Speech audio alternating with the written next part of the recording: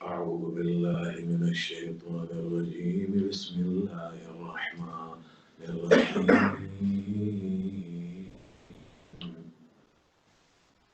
الحمد لله رب العالمين والعاقبة للمتقين والجنة للمطيعين والنار للعاصين ثم الصلاة والسلام على أشرف الأنبياء وأعز المرسلين بالقاسم المصطفى محمد وآله الطيبين الطاهرين المعصومين المظلومين الذين أذهب الله عنهم الرجس وطهرهم تطهيرا.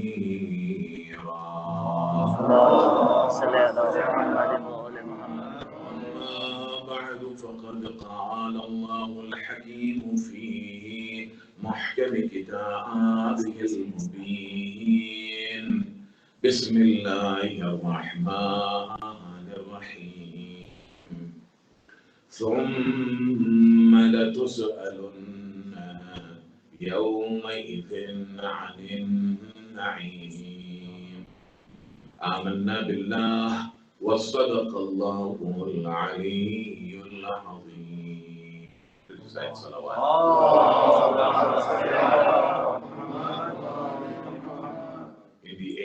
In the last verse of Surah At-Takathur, chapter 102 of the Holy Quran, Allah subhanahu wa ta'ala says, ثُمَّ لَتُسْأَلُنَّ يَوْمَئِذٍ عَنِ النَّعِيمِ. And then you will most certainly be questioned on that day about the na'im, about the bounties.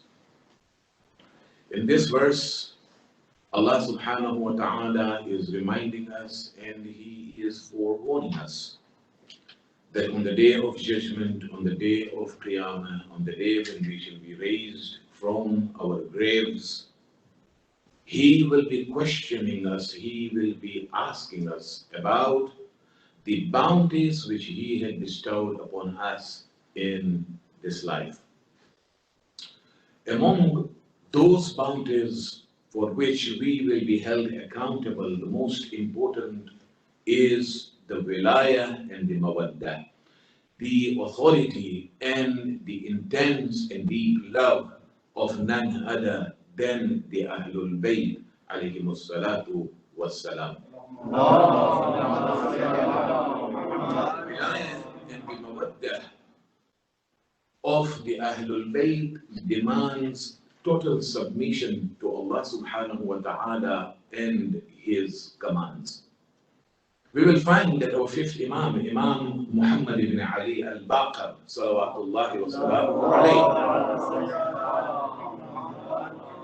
has said, أَيَكْتَفِي لِمَنْ يَنْتَحِلَ التَّشَيُّعِ أَنْ يَقُولَ بِحُبِّنَا أَهْلُ الْبَيْتِ. Does it suffice to become our Shia through a mere claim that you love us?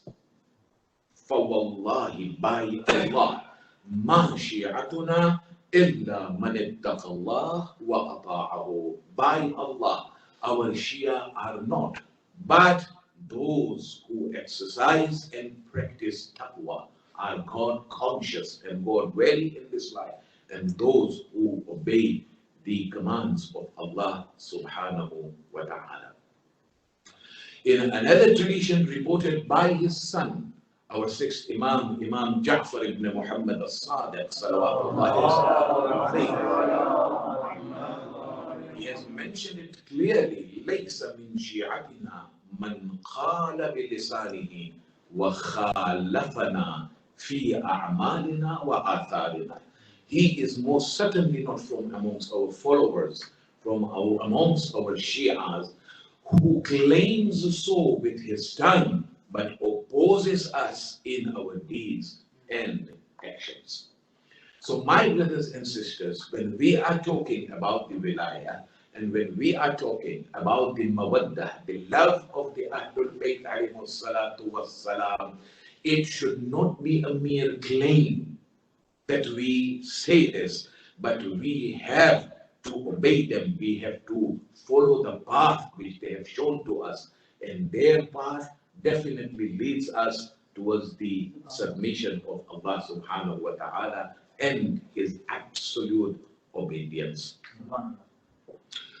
Mu'mineen, we are talking about the mission of Imam Abu Abdullah al-Hussein alayhi salam and our responsibilities. Last night I was explaining that the primary objective of the movement of Imam Hussein alayhi salam was to protect, to secure, and to safeguard the religion of Allah, which is Islam. In order to achieve this objective, this hadaf, there were two essential requirements of the time for the Imam. One, which we discussed last night, was tahtimus sultatul jahira, destruction of the oppressive rule of the time, oppressive government of the time. This was the one of the requirements, essential requirements, to bring down and destroy the government of Yazid and that of the Umayyads, who were the root cause of fasad and corruption that had prevailed in that society at the time. I had explained that whenever there is a problem and the problem is recurring or spreading, it is important that we look at the root cause of that problem and address. Without addressing that, the problem will not be solved. And this, therefore, was an essential requirement for the Imam to stand against Yazid. And this was for three reasons. Number one, Yazid, as we all know, was an unfit ruler. Number two, he was an oppressive ruler. He was a despotic ruler. And number three, Yazid had impacted through his character and his rule the beliefs and the practices of Muslims at the time. So much so that Muslims at that time had deviated from the true path of Islam. They had become abidud dunya, the slaves of this world. They had become disloyal towards the Imam of the time and towards their own responsibilities towards Allah subhanahu wa ta'ala. The halal of Muhammad had become haram. The haram of Muhammad had become halal. And the Imam made it clear that وَعَلَى الْإِسْلَامِ السَّلَامِ, I bid farewell to Islam if it has to be led by a shepherd like Yazid. مِثْلِي لَا يُبَايِعُ مِثْلَهُ. Person like me will never offer his bay'ah, his allegiance to a person like Yazid. So this was the first essential requirement for the Imam to achieve that purpose, to achieve that goal of protecting and securing the deen of Allah subhanahu wa ta'ala, to address the root cause. That was Yazid and the government of the Umayyads. Tonight, inshallah, we want to move forward. And we want to look at the second essential requirement of the time. After tahtimus sultatul jahira, destruction of the oppressive government, bringing them down, the second essential requirement for the Imam was Islahul Ummah. That is, reformation of the nation that had suffered and that had deviated. Remove the cancer and then treat. Isn't it? This is what the Imam, and this is depicted in his own statement which he gave at the time when he was departing from Medina. Imam, when he was departing from Medina, he made his aim clear. He came to Mecca, and when he was departing from there, once again, he fulfilled his duty. He informed the people why he was departing. From Medina, when he was leaving, he said, Inni lam akhruj ashran wala batiran wala mufsidan wala zaliman wa innama kharajtu li talab al-islah fi ummati jaddi Rasulullah. I have not departed from Medina. That was the hometown of our Imam. He was born there. He was brought up there. His parents lived there. He had everything in Medina. Imagine. And he is being uprooted from that place. It was not an easy task. Imam said that I am not departing from Medina to do something that is evil or due to my own discontentment or to spread corruption and injustice on this land. So Mawla, why are you coming out? وَإِنَّمَا خَرَجْتُ لطلب الإصلاح في أمة جدي رسول الله. I have come out, I have departed from Medina to bring about a revival, to bring about a reformation in what? In the nation of my grandfather, the messenger of Allah. At another place, we find that again, Imam alayhi salam repeated this, that why he was coming out, what was the purpose of his journey, when he said to the people that, don't you see what has befallen upon us? The world has turned its back towards goodness and from goodness, and the opposition of falsehood has become intense and continuous. This is what Imam said. It has become intense. And then Imam said, a statement which we ought to understand, Ala taraun, don't you see? Kya tum ande ho chuke ho? Are you blind? Can't you see? Ala taraun, anna al-haqqa la yu'malu bihi, wa anna al-batila la yutanaha an. That we are today living in a society in which haqq, that is truth, is not being practiced. And there is nobody here to forbid against evil. And then the Imam continues that it behoves for a mu'min should sacrifice his life for the sake of his deen. This is what Allah subhanahu wa ta'ala wants. And this is what I am going to do. Why? For death, Imam says that as far for me, death is success. But life with a tyrant is source of disgrace and humiliation. So this was the second essential requirement for the Imam. After fighting Yazid, to bring about reformation in the nation of Rasulullah that had already deviated. The society had changed within few years of the death of the Holy Prophet. In tonight's majlis, I would like to very briefly, inshallah, discuss 2 points. Number one is, I have related to you the statement of our Imam. What was his aim when he left Medina? What was his aim when he left Makkah on the 8th of Dhul Hijjah in the year 60 AH? The day that is prime day, the actual day of Hajj begins on 8th of Dhul Hijjah, the day of Tarwiyah.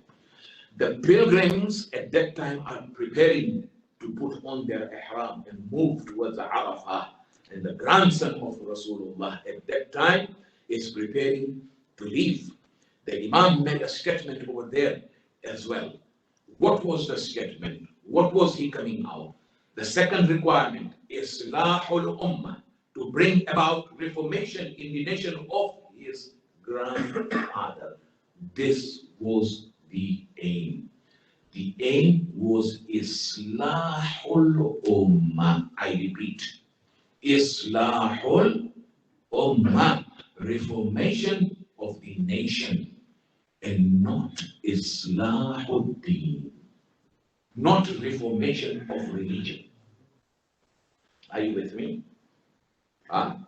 Imam was going to reform the society, the people, you and I, in other words, but not the religion, because the religion doesn't require reformation. Religion of Islam, it is a complete religion. It was sealed and stamped on the day of Ghadir. اليوم أكملت لكم دينكم وأتممت عليكم نعمتي ورضيت لكم الإسلام دينا. اليوم أكملت لكم. I have completed today my favors upon you. لكم دينكم, your religion. وأتممت عليكم نعمتي, and I have completed my favors upon you, and I have chosen Islam as the religion. It was announced after the Prophet made a formal announcement of the wilayah of Amir al-Mu'minin, transferring his responsibilities.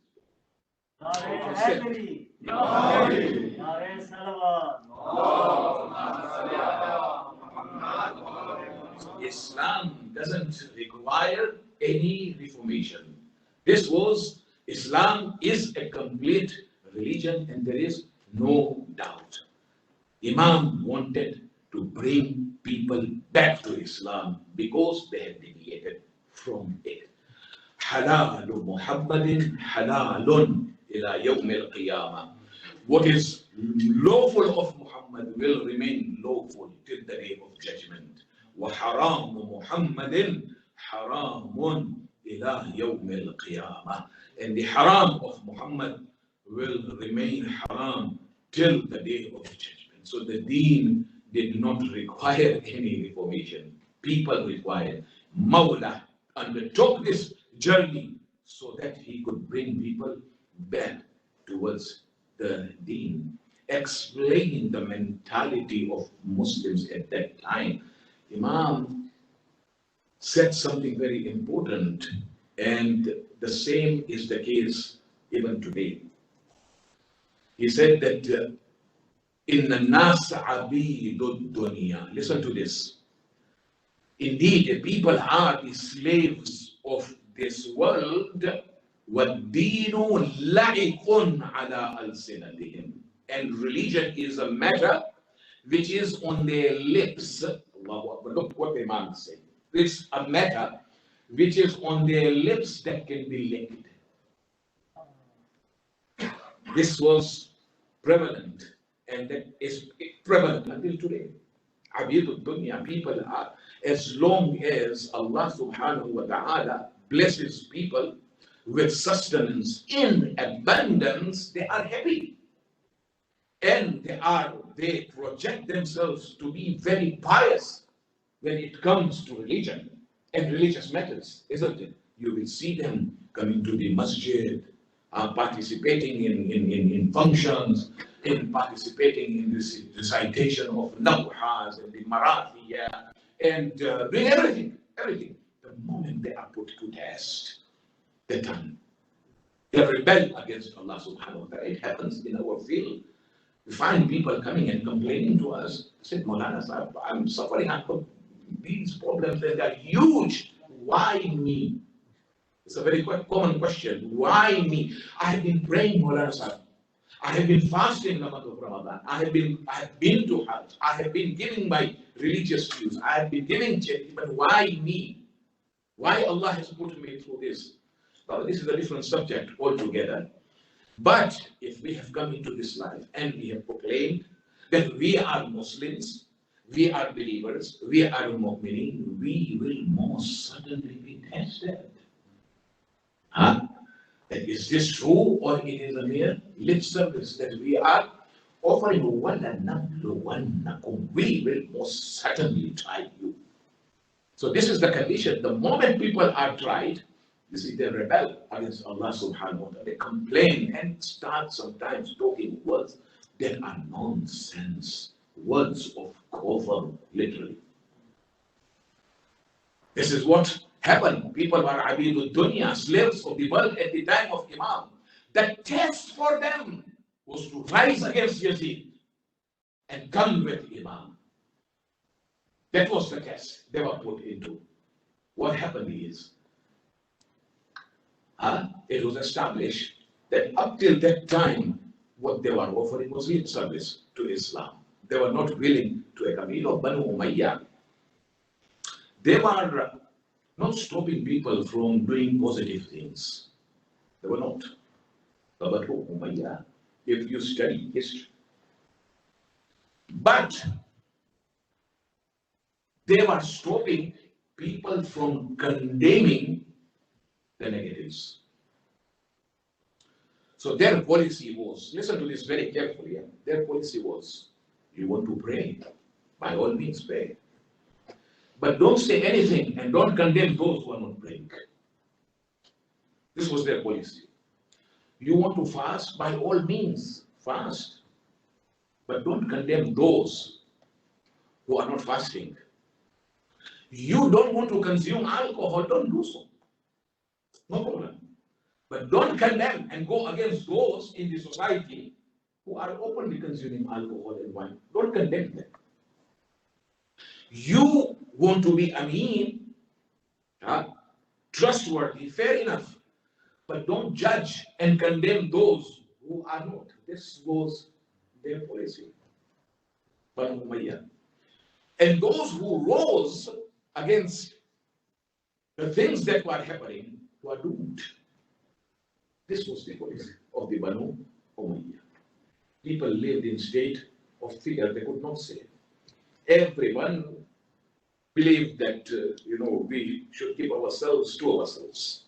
We should not look here and there and continue. As we do not want unnecessary confrontation and troubles in this life. This was the situation at that time, prevalent in that society. And it is prevalent until today in different form in Shepherd. So it is still there, and there is no doubt about it. Dangerous movements today in this life. Number one, there is a talk about reforming Islam. Isn't it? You must have heard, and it's coming from top governments in the West. Islam should be reformed. They were able to bring about those reformations in other denominations. For example, Christianity. Under the pretext of reforming Christianity, they have actually destroyed Christianity. There's nothing left, believe me, nothing left. I have got some priests who are my friend. I was engaged in interfaith activities when I was the resident alim of Essex Jamaat, and I am in touch with them. And there is a church next to my house. The priestess there speaks with me time and again, and we discuss things. And literally, we find that Christianity is a dying religion. It's a dying religion. It's not that I'm trying to just unquote something to prove a point. No, absolutely not. Their churches have been turned into pubs and bars. I don't know if it's happening here, but in Portsmouth, where I live, I live in Portsmouth in an area which is called Hillsea and North End. There are 3 churches, all converted into pubs. The church next to me opens on Sundays in the morning at 10 o'clock. There is that bell which rings on at 10 o'clock and then again at 10:30 and then at 11 o'clock. And believe you me, the only people who come there are those elderly people and feeble and weak people. You see them. There are 3-4 cars, and those living nearby, I can see them in the morning coming slowly and entering. Where are the youths? Where are the youngsters today? See what the reformation which they are up to has done to them. It is there coming in Judaism as well. There is a big hue and cry in the occupied Palestine today.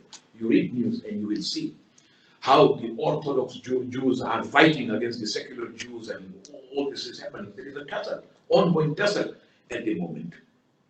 The only challenge today for them is Islam.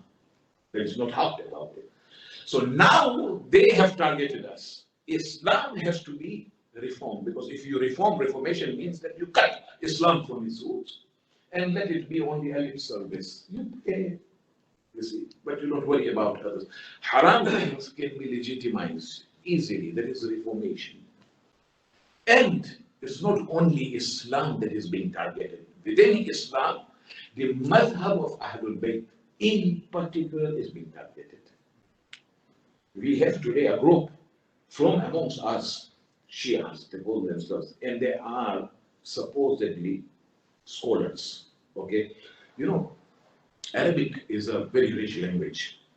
And people who do not know Arabic usually admire those people who can speak Arabic. Sometimes you are talking in Arabic, people think you are reciting Quran. It happens. Oh, mashallah, he's reciting Quran. I'm talking in Arabic. So they marvel people who are speaking, and some people have this thinking, this thought that anybody who speaks Arabic from amongst us, who are non-Arabs, Arabs don't speak Arabic, but from amongst us, he must be a scholar. Why? Because he is speaking Arabic. And if that person has read few books and starts referring to those big, huge books and starts using certain terminology, scholarly terminology, although he has no sense of it, people get impressed and are attracted.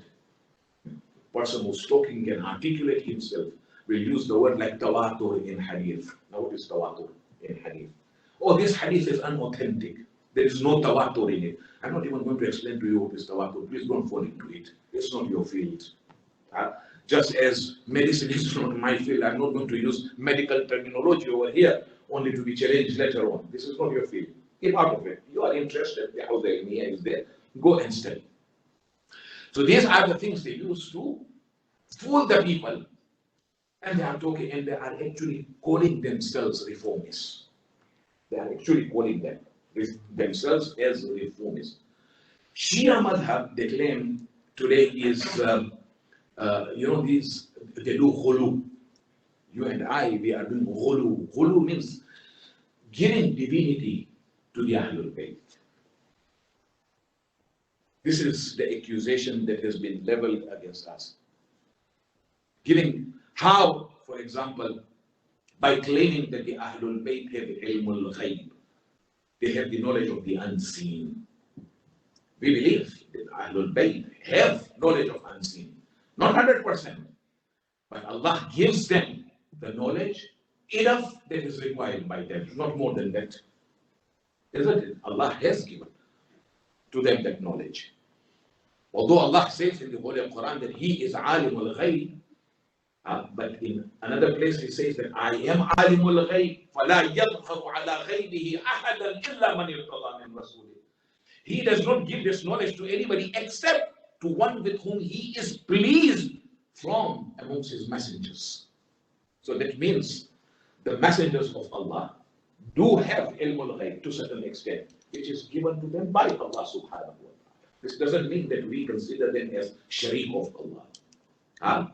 They are condemning dua at-tawassul. They say there is no such thing. This is shirk. Why do you have to pray to the imams? It is shirk. You are praying to the imams.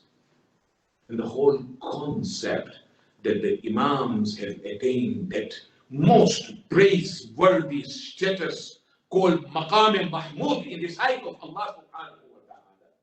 Whereby if you pray with their wasila, Allah will most certainly accept. This is thrown out. The Wahhabi concepts are infiltrating our madhab. And the irony is that our own people are up to this game. Reformists, they call it. Because they speak Arabic and they can articulate, they are reaching out to the children. And this message is for you, youths. I'm not talking about the elders over here, alhamdulillah. I can see that they are firm. But beware what is out there in the market. Just don't fall. We have been guided that if you really want true knowledge, go to the right people. Go to the فَلْيَنْظُرِ الْإِنسَانُ إِلَىٰ طَعَامِهِ. A person should see the source of his food, where it's coming from, before you eat. Our fifth Imam said that the meaning of this is source of your knowledge, where it is coming from. Quran is one. Isn't it true? How many sects are there in Islam? How many sects are there in Islam? 72, 73. All of them are claiming that they are following the Quran. All of them. Everybody. You go to anybody, all these sects, they are all saying we believe in Quran. This is our interpretation of Quran. The Prophet said only one will achieve salvation. Who will be that one? Everyone has got his own interpretation of the Holy Quran. Only those people are going to have salvation who follow the interpretation of the teachers who are sent by Allah subhanahu wa ta'ala to explain the Quran. They are the ones who are going to now find out who those teachers are.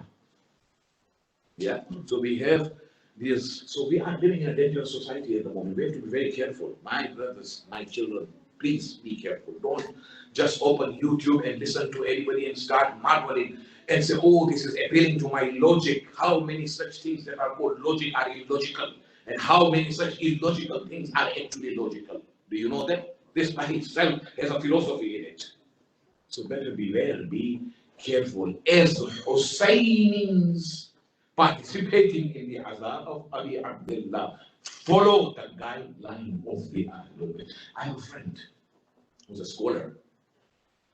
He was relating this to me, and then later on he also related this in one of his lectures in Toronto. He said that he was invited to recite Madras in Kashmir. I don't know whether I've shared this in my last visit to Essex or not, but nevertheless, فَذَكِّرْ إِنَّ الذِّكْرَ تَنْفَعُ الْمُؤْمِنِينَ. If it is the repetition, it will help mu'mineen. He was invited to recite Madras in Kashmir. It's a beautiful place. If you have been there, you know what I'm talking about. I have been, but I ran away. It was very cold. I could not survive there for a night as well. I don't know what happened as a student. Kashmir जाएंगे without taking jacket or anything. पहुंचे वहाँ पे तो सूरत हाल ही कुछ हो तबाह वैलावा मुसीबत. And we have, but it's beautiful. There is no doubt about it. So he said that in Kashmir, after the Ashra he recited, they took him to those mountain areas where there are lakes and rivers with pure water flowing. Pure.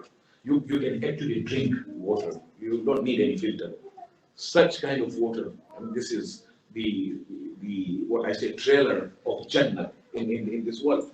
Another one, if you want to see, is nearby in Bosnia. I was told, it's not that I'm marketing for, I'm not going to get anything from that. But if you really want to see, go to Bosnia. How beautiful it is. Kashmir has got its own beauty. He said that the horse took me to a cottage in Kashmir with a beautiful sightseeing and with a river with pure water flowing. He said one day in the morning, early in the morning after Salat, I came out just before the sunrise, and I saw a disturbing scene. Listen to this carefully. A very disturbing scene. I saw some people, and not one person or one group of people, different families coming and throwing their rubbish and their garbage, kachra, they say, into that river. They were throwing. Jihad, it's ignorance. You need to preserve these things. But it was happening. They came uneducated people throwing all the dirt. They said, I was taken aback. I said, I've been drinking water since I've come to this cottage from this river. And now in front of me, they are polluting it. They are throwing all sorts of rubbish into it. How will now I drink from it? I don't even feel like touching that water. Would you touch that water? No, you would not. So I was very upset. So I complained to the host when he woke up. I said, this is what is happening. So he was also surprised.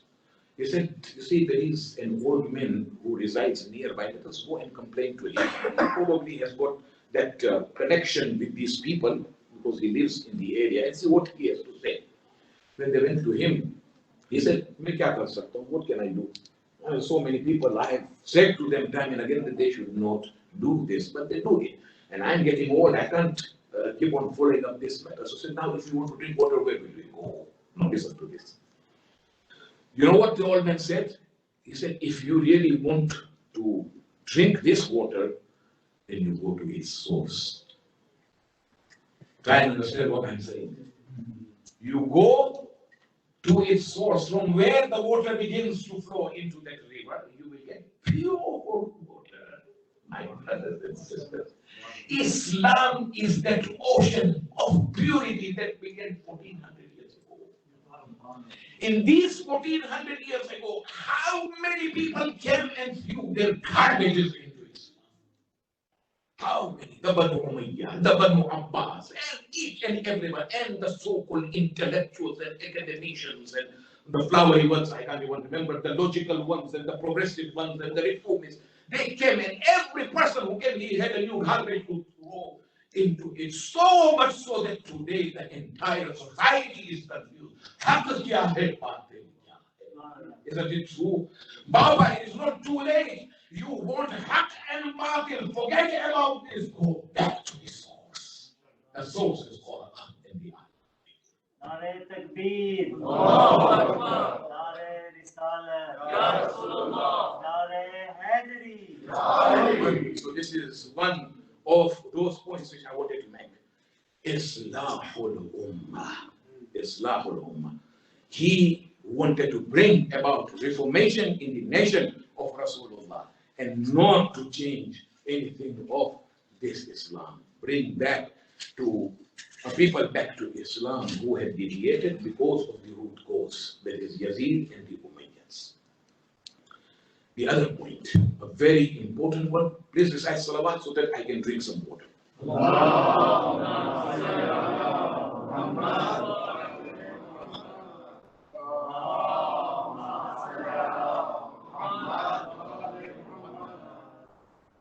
The vision and the movement of Imam Hussein alayhi salam enables us to revisit, re-evaluate our relationship with the Hussein of our time. That is our 12th Imam, Imam al-Hujjah, Ajjalallahu ta'ala farajahu sharif. Imam Hussein alayhi salam departed from Medina. He made his aim clear to the people, what he was going for. Every station he stopped, he wasn't silent. He spoke, introduced himself. Ayyuhan nas, ana Husayn ibn Ali. I am Hussein, son of Ali, Hafidu Rasulullah, the grandson of the Messenger of Allah. And then he explained to them that why he had undertaken this journey and invited them to join. This is history. Every station you find that there is a sermon Imam had delivered. And he was calling people to come, help me in this. And the final call was made on the day of Ashura. هل من ناصر ينصرنا هل من مغيث يغيثنا. Is there anyone, a helper to come and help me? Is there anyone to aid me? Imam was calling out. That was the final call of Imam. The question is, how many people responded? Today, there is a slogan which is supposed to be response to our Imam's call.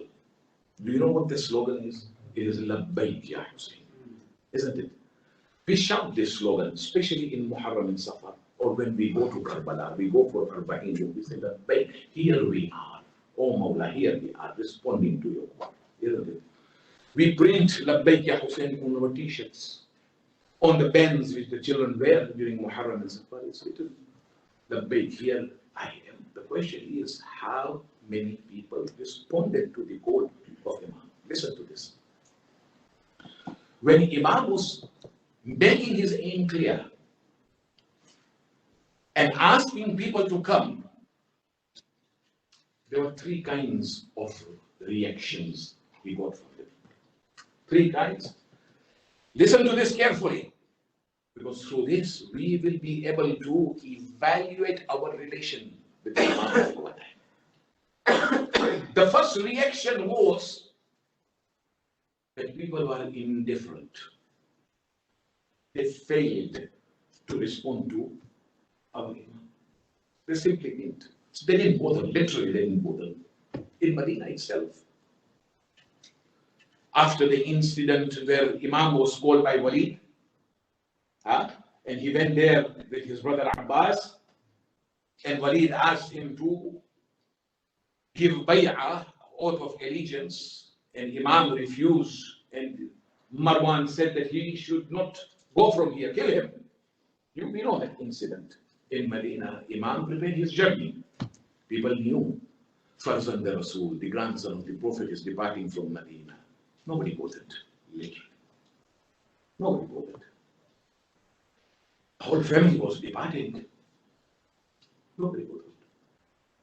There were those feeble-minded, narrow-minded people in the society who believed that we should not have confrontations.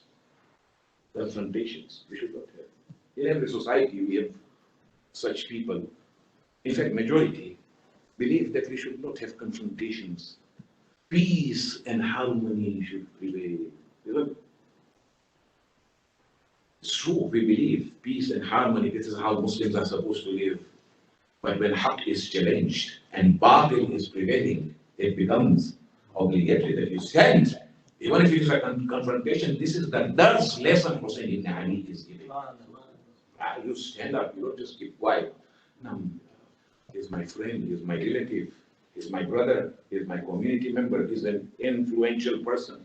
La samahallah, if I say something just now, tomorrow I'm going to get something back. We don't want confrontation. If they are fighting, let them fight between themselves. Such narrow-minded people who are there. There are those who are holier than thou in that society. And they were highly influential and respected and revered by Muslims because of their relationship with the previous caliphs, like the son of Umar ibn al-Khattab, Abdullah ibn Umar. Abdullah ibn Umar. You have heard the name Abdullah ibn Umar.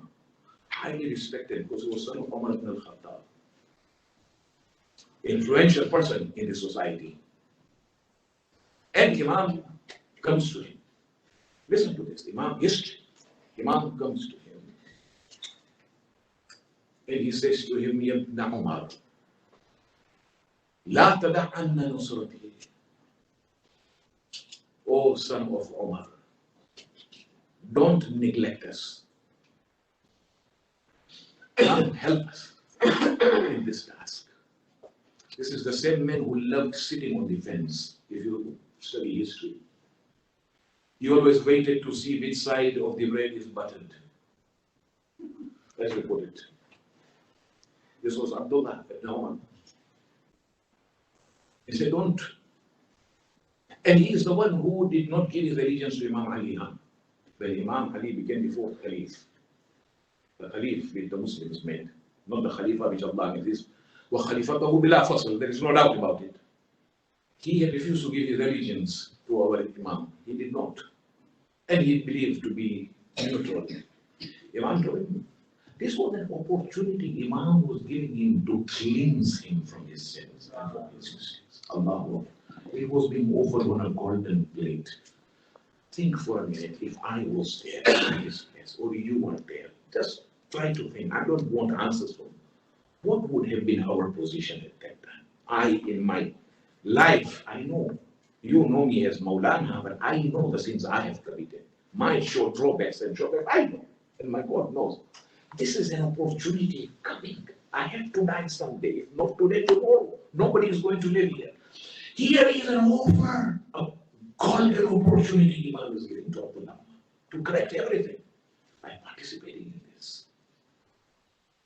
You know what he said? He said, Oh Hussein, I love you. I have seen how close and dear you are to your grandfather. He used to hold you, he used to kiss you, he used to do this to you, and he used to. You know Hussein what? I wish to advise you. होते हैं ऐसे वो उलमा को advice करते हैं हमारे के पास जब जाते हैं तो वहां जाके आर्ग्यू करते हैं I wish to advise you. Don't confront Yazid. Don't go. Leave it.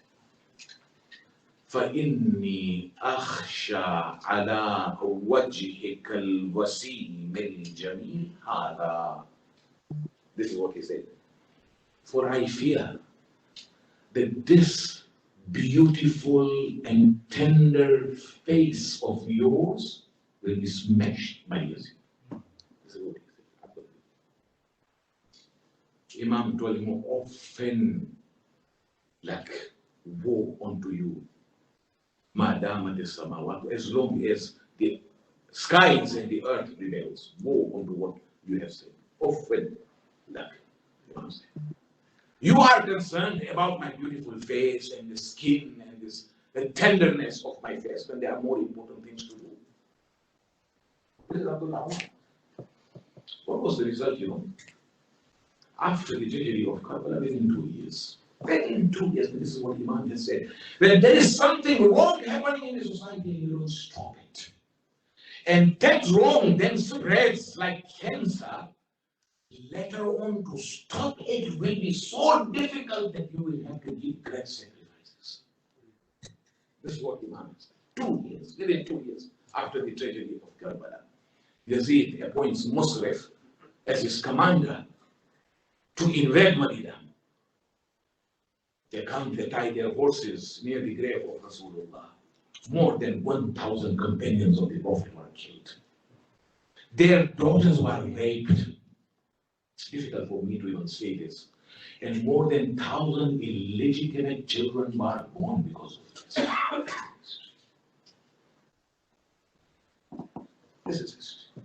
Because of people like Abdullah bin Umar, the never mind confrontation we do not want. We do not want confrontation. When there is a problem, nip it from the bud. Cut it. Don't allow it to grow. Nowadays, there are flowery words. When you want to allow something to grow, you say it is intellectual. It is logical. These are all, I say, Ghulabi alfaz. The fragrance is good, but then it troubles us later on. We have reached with these problems because we did not nip it from the bud. We wanted to be the so-called open-minded people. This is what. So this is one group of people who did not go there. First kind of reaction. Second reaction was that there were some people who accompanied Imam till Karbala and abandoned him at the last moment. This is history. Perhaps most of us have never heard about it. Imam was abandoned by few in Karbala. Aqaba ibn Sam'an is one who accompanied Imam Hussein from Medina up to Karbala but never participated in that battle and came back intact to Medina. And later on, he is regarded as one of those who narrated what transpired in Karbala. He became one of the narrators. People ask, what happened in Karbala? How did it reach us? It reached us from different sources, from the Ahlul Bayt themselves. But there are such people also, who, and he himself is saying in history, Sahabtul Hussein min al-Madinati ila an qutil, wa kullu maqulatihi wa khutabihi katabtuha wa sajjaltuha. This is what he has said. I accompanied Hussein from Medina up till the time he was killed, and all his sayings and his sermons, I have written them and recorded them. Aqaba ibn Sam'an. Another culprit is Al-Dhahhak al-Mashriqi. When Imam said, you come. He said to Imam, okay, I'll come, but with a condition. What's the condition? He said, I will be with you for as long as others are there. When nobody remains with you, I will have to leave. This is history. This is like a contract, a condition he is putting. Imam said, well, ho sakta hai shayad tawfiq mil jaye, and he changes his mind. Never know. Some people get tawfiq, some don't. He comes to Karbala, and in fact, history tells he fights against the enemies. He participated in the battle. wasn't killed, wasn't wounded, was a strong person. But everybody was killed. Hussein was alone, he comes to him. I says, Hussein, my understanding with you was I will be for as long as others are there. Nobody is there.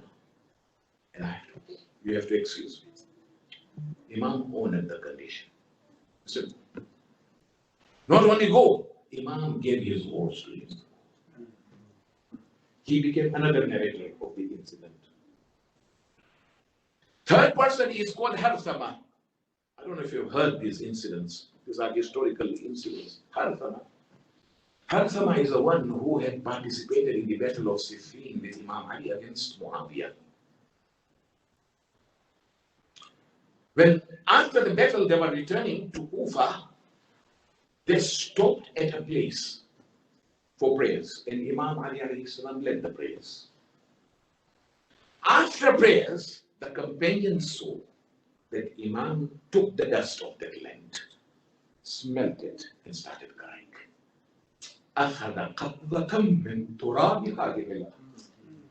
He took some dust, smelled, and he cried.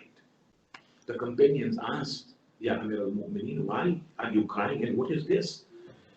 And Imam said, سَيُقْتَلُ عَلَى هَذِهِ الْأَرْضِ رِجَالٌ يَدْخُلُونَ الْجَنَّةَ بِغَيْرِ حِسَابٍ.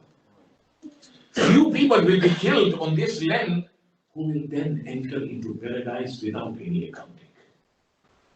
This is what Imam said.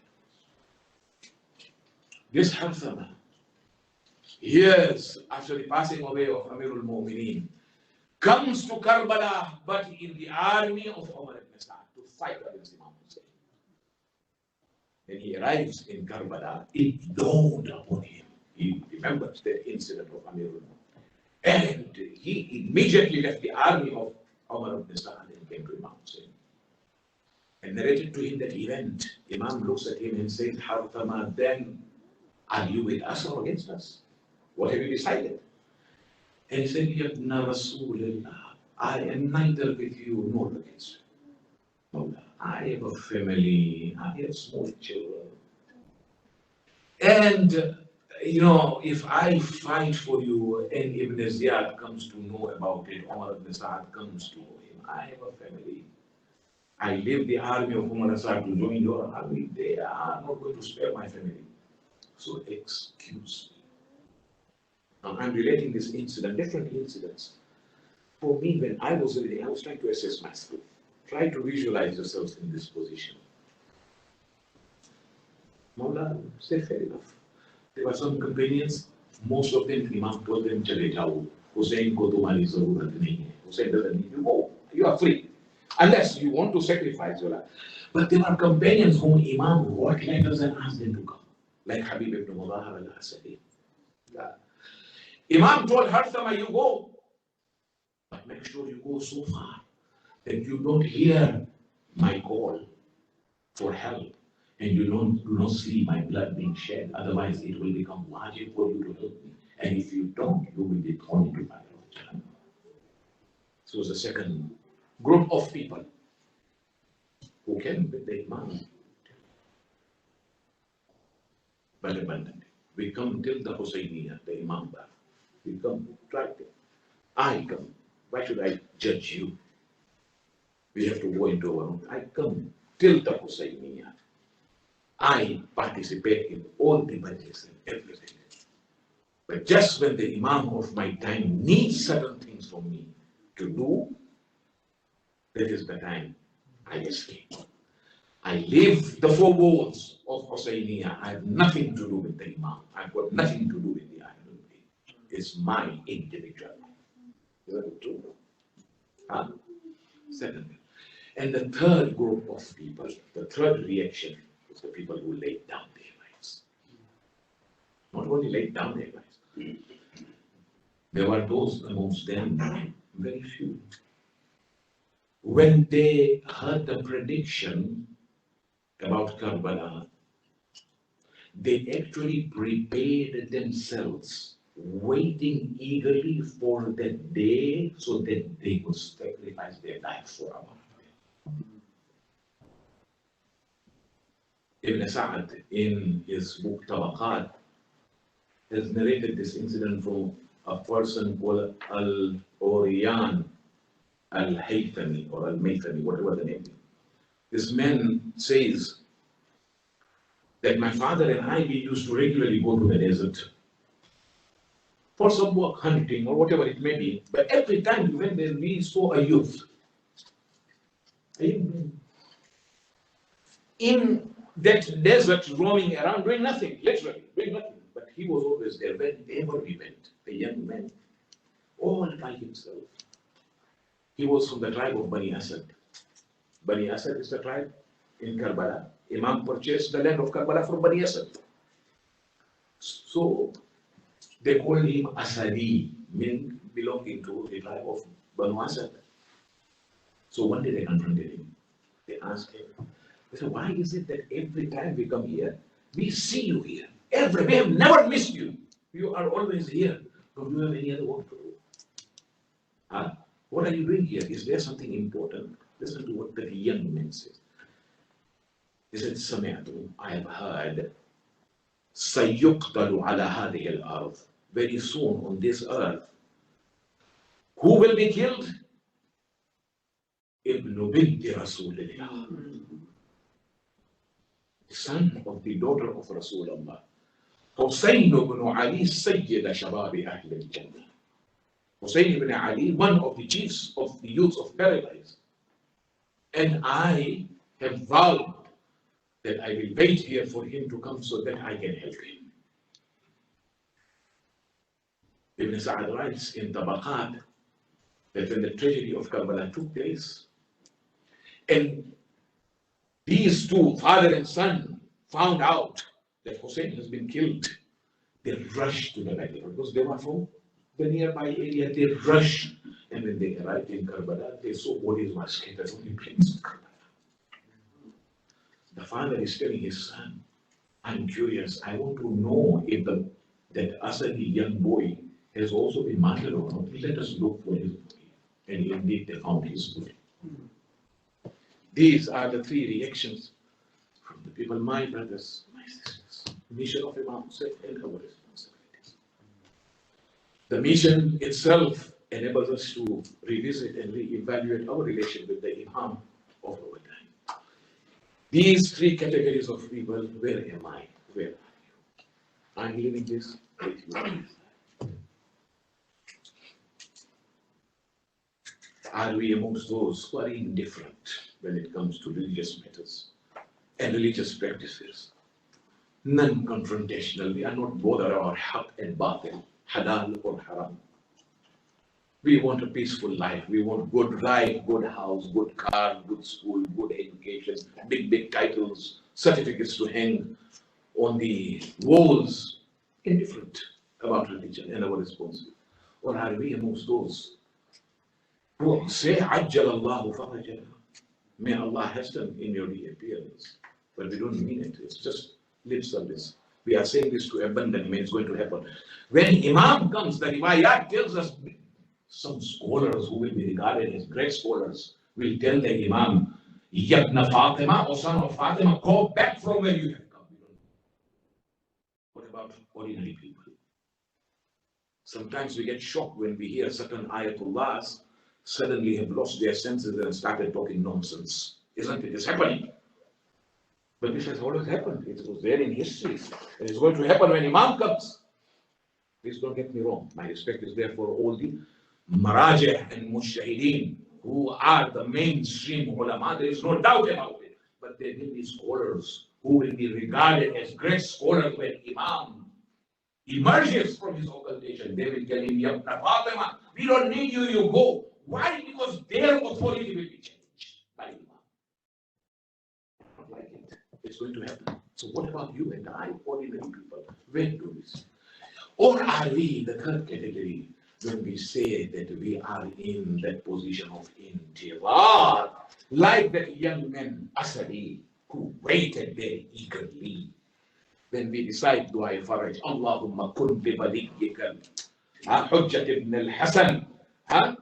Do we really mean, aar gaya to kya hoga? If he comes out, what will happen? It is something for you and I to assess, and this is the lesson we derive from Karbala, from Imam Zainab. Allahu Akbar. The atrocities that were committed against the Ahlul. The worst of all was in Sham. Allahu Akbar.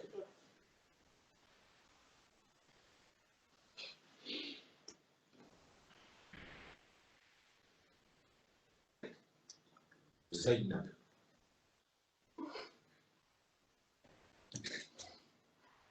The princess who never left her house except in company of her brothers who protected her, never seen out by anybody. Always remained first under the protection of her father, then her brothers. Today has been brought as a captive in the court of Yazid, together with the women folk of Ahlul Bayt. Imagine the situation when the Ahlul Bayt were brought as captives in the court of Yazid. History tells us that Yazid at that time was drunk. He had a table before him, and there were two things on that table. One was a chessboard, and the other was a tray on which there was the hand of Imam Hussein. In one hand, he had a glass of wine. In another hand, he had a stick, with which sometimes he was hitting at the head of Imam, sometimes at the lips of Imam, and sometimes he was lifting the lips of Imam to play with the teeth of Imam. This is what Yazid was doing. Imagine the women folk of Ahlul Bayt are there present. Zainab and Kulthum, Rabah and Layla. They are all there, and they are saying Zainab and Hussein is there. That this is how the father is being treated, this is how the husband is being treated, how the brother is being treated. Imagine the situation of Zainab. Allahu Akbar. She is known as al-Masab. It is said that when the women folk were brought, you know what the women did of the Ahlul Bayt? They made a circle in such a way that Zainab would be in between the circle. They had to protect the diamond.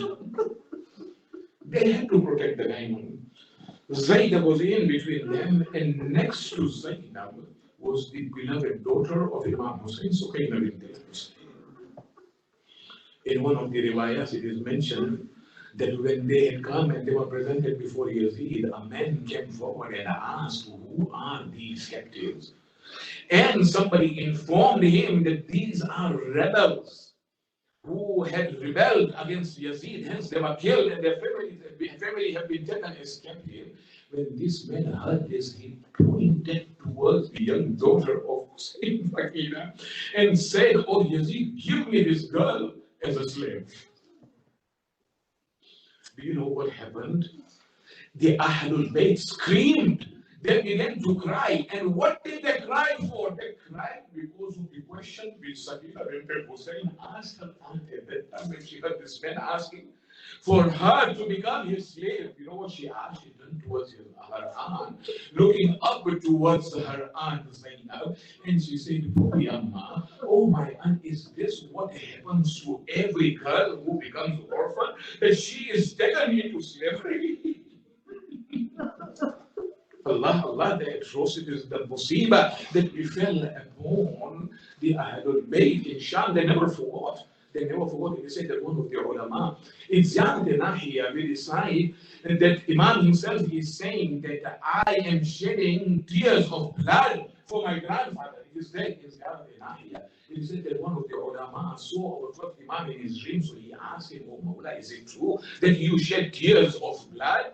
He said, yes, indeed, I cried blood. I shed tears of blood for my grandfather, Imam Hussein alayhi salam. He said, the man then asked him, this alim then asked him, Mawla, can I ask you, on what particular incident do you shed this tear of blood? Do you shed tear on Ali Akbar, in whose chest the spear was fought? क्या आप अली अकबर के लिए आंसू बहाते हैं? मौला कि जिसके सीने में बरसी का फल लगा था। मौला ने कहा हरगिज नहीं, मैं उस मुसीबत पर आंसू बहा रहा हूँ जिस पर अगर अली अकबर भी होते तो वो भी खून के आंसू से होते। तो कहा मौला तो फिर आप कासिम की लाश को घोड़ों के टापुओं से पामाल किया गया इसलिए खून का आंसू बहाते हो। कहा हरगिज नहीं, अगर कासिम होता तो वो भी जिस मुसीबत पर मैं रो रहा हूँ वो रोता।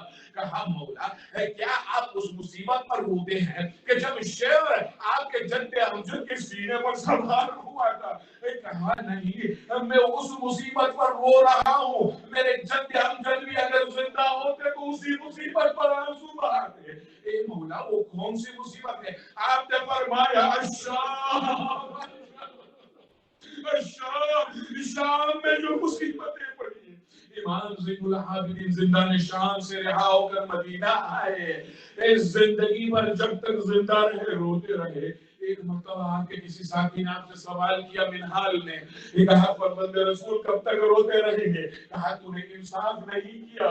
याकूब नबी के 11 फर्जंद थे, उसमें से एक खो गया था। इस कदर रोए हैं कि आंखों की बसारत जाहिर हो गई। और मैं क्यों कर न रोऊं? 18 यूसुफों का जनाजा एक रोज में मेरे सामने उठा हो। कहा मौला शहादत तो आपकी आदत है।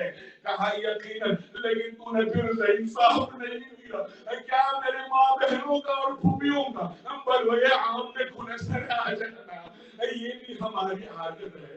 फिर पूछने वाले ने, सवाल करने वाले ने सवाल किया, कहा फरजंद रसूल जरा ये तो बताएं कि सबसे ज्यादा मुसीबत आप पर कहाँ पड़ी? आपने करबला का नाम नहीं लिया, जहाँ 3 रोज तक पानी बनता, आपने करबला का नाम नहीं लिया। जहाँ बड़ा घर उजड़ गया, आपने करबला का नाम नहीं लिया। जहाँ खैमों में आग लगा दी गई, आपने फरमाया अच्छा। ए मौला शाम में कौन सी ऐसी मुसीबत थी जिसको याद करके आप रोते हैं? कहा सुन सकोगे?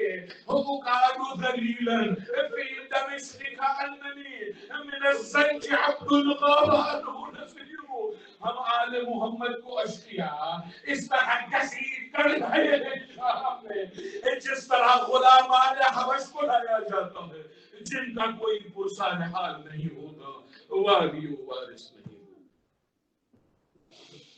अला लअनतुल्लाहि अलल कौमिल ज़ालिमीन वसयअलमुल लज़ीना ज़लमू आले बैत मुहम्मदिन अय्य मुनक़लबिन यनक़लिबून इन्ना लिल्लाहि व इन्ना इलैहि राजिऊन। अल्लाहुम्मा इग़फिर लिल मुअमिनीन वल मुअमिनात वल मुस्लिमीन वल मुस्लिमात अल अहयाइ मिनहुम वल अमवात ताबि'न लहुम बैनना व बैनहुम बिल हसनाति वल खैरात इन्नका मुजीबुद दअवात इन्नका क़ादियुल हाजात इन्नका वलियुल हसनात इन्नका राफ़िउद दरजात इन्नका अला कुल्लि शैइन क़दीर। इल्तिमास दुआ मातम हुसैन।